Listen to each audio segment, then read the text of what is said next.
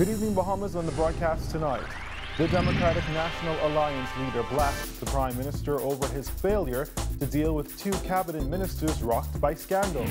Plus, another murder here in the capital. Tonight, police on the manhunt for the suspects. And an exciting night for music lovers as top Bahamian and soca artists kick Junkanoo Carnival into full gear.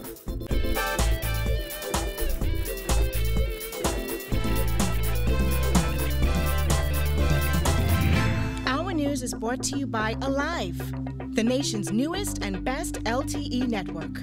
Good to be alive. Welcome to our news, the weekend edition, and thanks for joining us. I'm Andrew Nold.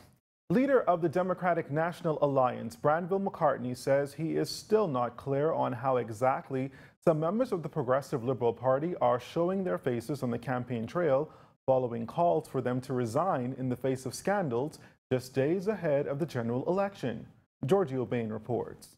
McCartney says the fact that the Education Minister and the Minister of Labour have yet to give clear answers in the face of heavy controversy is beyond him, and their ability to ignore calls for them to step down is a quality only found in the PLP.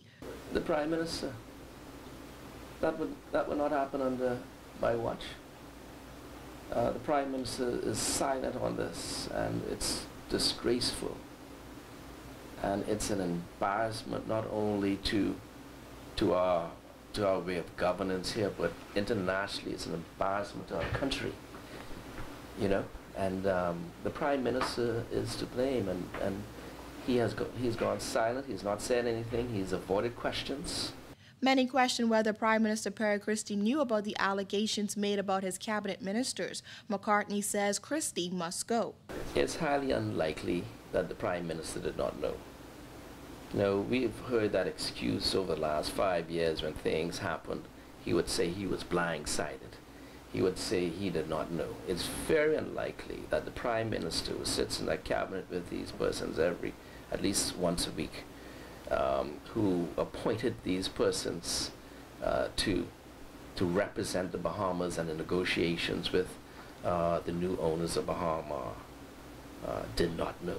So far, there have been leaked emails suggesting that Education Minister Jerome Fitzgerald sought to secure millions of dollars in brokerage, trucking, and limousine contracts at Bahamas from early 2013. Labor Minister Shane Gibson was then accused of receiving payments from Peter Nygaard, but Gibson quickly defended himself, stating that the money was donated by Nygaard for his constituency programs. These ministers they are in conflict. And this should not happen. But that's the way the PLP is, you know. They're known for scandal. They're known for corruption. They're known for conflict. They're known for their family, friends, and lovers getting the benefit. McCartney says he finds it hard to believe that Christie knew nothing about these matters before they came to light. I believe that the Prime Minister did know.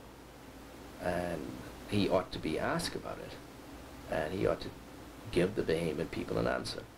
The bottom line is this: if he says that he did know, then he is culpable as well and allowed it to happen. If he says he did not know, then, you know, as I said all the time, he went out to lunch and never came back. Reporting for our news, I'm Giorgio Bain. Meantime, as she prepares to go to battle to retain her Long Island seat, incumbent and independent candidate Loretta Butler Turner says she has a plan for the island which has been neglected by both major parties. Our Christina McNeil tells us more.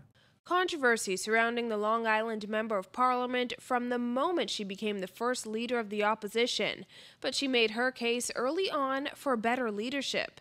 Clarity, a new direction, and a hope-filled change is on our horizon.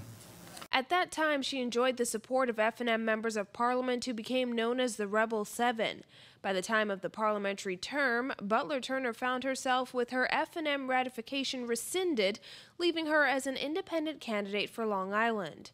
But having already left her mark on the history of the country, Butler Turner says she still believes that there is a place for a female leader in the Bahamas. I believe that the country will truly benefit at some point, and hopefully in the near future, from a female prime minister. That has not happened for me, but I believe that that voice of mine in Parliament still will continue to agitate for the equality, the rights, the respect of women. Despite Butler Turner's move for women in the country, there are still only a handful of women offering themselves for candidacy in the upcoming election. The governing party has 7 female candidates, and the FNM even less, with 4 women. The DNA is offering a whopping 13 candidates. There are young women that are coming up that are looking to be leaders, and I hope that we as a country appreciate that we make up 50%, maybe just a little bit more of 50% of our population. It is important that we use all of our brain power, that we use all of our resources of our females and our males to make the Bahamas a better place. Although her support within the FNM has wavered, Butler Turner hopes to once again secure her seat as representative for Long Island and ultimately the Bahamian people. Reporting for our news, I'm Christina McNeil. The Cabinet Office announcing yesterday evening that Permanent Secretary in the Ministry of Tourism Charles Albury has replaced Parliamentary Commissioner Sherlyn Hall. Now Hall, whose 3-year contract expired on Thursday, came under some heavy criticism following Wednesday's advance poll, which most people described as chaotic. The appointment takes effect just 4 days before the 2017 general election. This press statement from the Cabinet Office notes that Albury has been appointed acting parliamentary commissioner until the post can be substantively filled.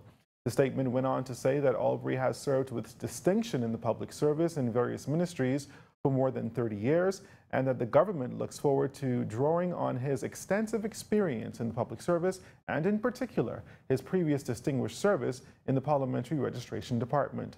Albury's appointment takes effect today. Well, the signature event for the Bahamas Junkanoo Carnival, Road Fever March, got underway this afternoon.